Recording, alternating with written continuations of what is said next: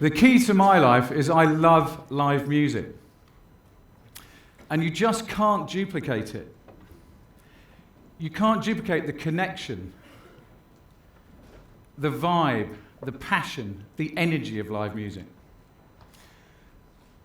Now, I moved to London when I was 21 years old, and I got into going to gigs. And I've actually been thrown out of most of the venues in London. And probably the most memorable one was at the Hammersmith Odeon on a Blondie concert, and I'd got a seat at the back of the hall, and I hated seated venues. So when the lights went down and Blondie came on, I sprinted down the aisle and leapt over the barrier to try and touch Debbie Harry. I never landed. The security had got me, and they used my head to open the fire exit door, and I spent the evening outside. Funny enough, I actually met Debbie Harry in an elevator in LA about 15 years later, when I was too embarrassed to say hello.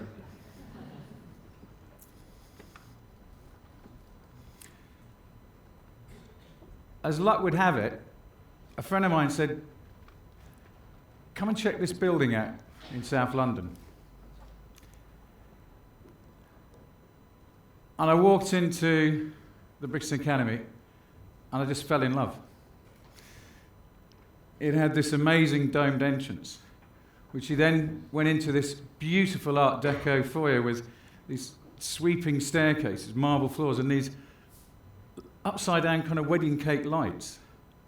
But then when you went into the main hall, it just took your breath away. It was an Italian scene with this sort of Rialto bridge, proscenium arch, this fantastic stage. More importantly, no seats, a sloping floor, where basically wherever you stood, you could see the band.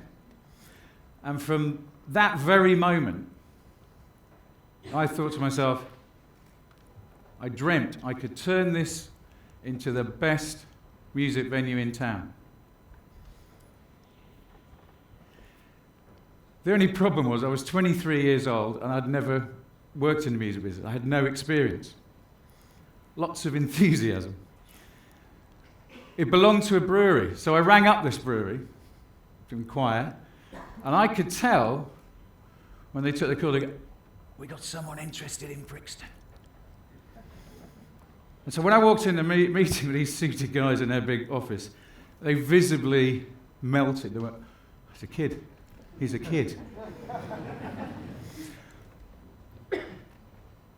They said they wanted £120,000. So we're back in the early 80s. That was an awful lot of money. Money I didn't have. And I turned around to them and said, "I'll give you £1. I'll give you £1.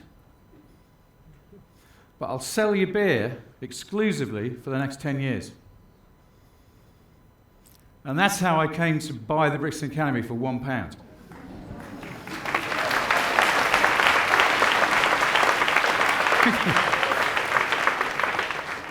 That was the easy bit.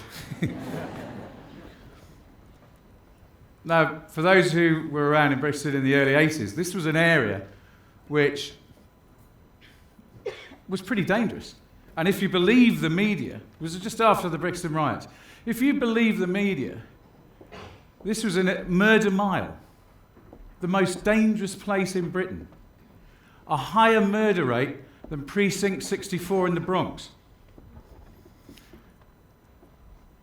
So, when I started to ring the music business agents to get bands there, no surprise, you'll never get a band to play Brixton. You'll never get any rock bands to play Brixton. I was fed up of hearing, you will never get a band to play Brixton.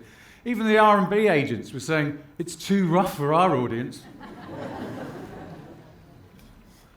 Brixton, though, had a very, very strong sense of community, and long may that live. We started to put on reggae gigs, fantastic gigs. Gregory Isaacs, the Cool Ruler, Dennis Brown, Freddie McGregor, Bunny Wailer. I met my wife on Bunny Wailer. Barrington Levy, Ecomouse. We cornered the reggae market. But the reggae market wasn't going to sustain the building. It was only worth 1 to 2 gigs a month. What's more, we didn't sell a lot of beer. Everyone got stoned. So much so that in the balcony we used to have to rotate the security on an hourly basis because they got stoned with this blue haze that would rise on. So, if I'd stuck to the rules, I had to get rock bands, and if I'd stuck to the rules, then I think that it would have failed. The UK music industry was a sort of structured thing. They weren't going to let a young guy like me, a young upstart, in. So I figured if they're not going to give me the bands, I'm going to get them myself. And I got on a plane, I flew to LA. The LA agents thought, wow, we've got a guy from London, he must be keen, he must have something to say. I sold them on the idea that we had a bigger gross than the Hammersmith Odeon and the Albert Hall. And what's more, we were only 10 minutes from Buckingham Palace. Which kind of is true, because if you get on at Green Park to Brixton, it's not too far. And I came away with a breakthrough brand, Red Hot Chili Peppers, great band. But my real breakthrough came with the politics of the era in the early 80s. There were certain points where Britain was almost on the point of civil war. There was the miners' strikes and the print union strikes. And the miners' strikes I remember because I came from up north and I used to see all the police state that they were living in, on blocking motorways, blocking roads. And every day there were fights between the police and the miners. So when we got this booking, Arthur Scargill's Christmas party with The Clash, no other venue was going to touch this. Punk band, 5,000 miners, were going to rip up the Albert Hall or the Hammersmith Odeon. We were delighted to take it. I love The Clash. And when The Clash, opening number, London's Calling, the energy and the vibe that came off the thing, I knew that this venue was going to work. Now this triggered us to become a venue for lots of punk bands, Ramones, Damned, etc., but also a lot of benefit concerts. So we did Paul Weller for Nicaraguan Solidarity Campaign, that's a mouthful, with Orange Juice, Aztec Camera, or Madness, Aztec Camera, New Order.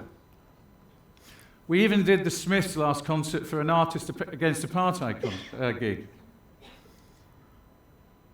The Metropolitan Police and the Home Office gave us the first 6 a.m. licence in the UK because they felt we could handle anything.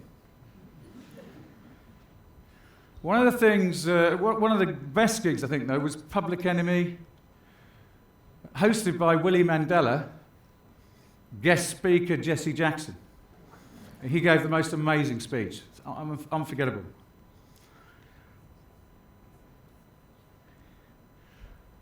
Unfortunately, this newfound success attracted all the local gangsters. 5,000 people buying beer.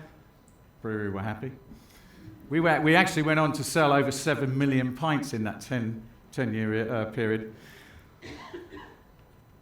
We were worth £1 million a month in ecstasy. So the gangsters were interested. They wanted a piece of this. These were guys that if they approached you, they usually got what they wanted. But I learned from a very early age, with one arm you got bullied. And if you stood up to bullies, eventually you'll earn their respect. So hence, as I mentioned earlier, I've been beaten up, stabbed, held up, and whatever. I eventually earned their respect. And in some cases, some of these guys, we ended up co-promoting great concerts, like Snoop Doggy Dogg, Dr. Dre. And by now, it's 1995,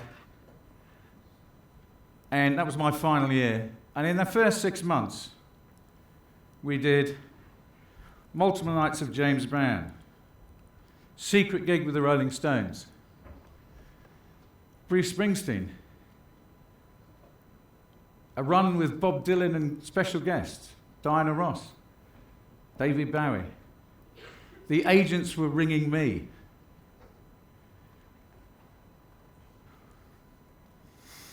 So, if I've got any message to say to you, is that don't ever believe people when they say, it'll never work, you can't make it go. If you really, really believe, and you're absolutely passionate about it, and with a little bit of luck, you'll find a way to make your dream come true. Thank you, Brixton.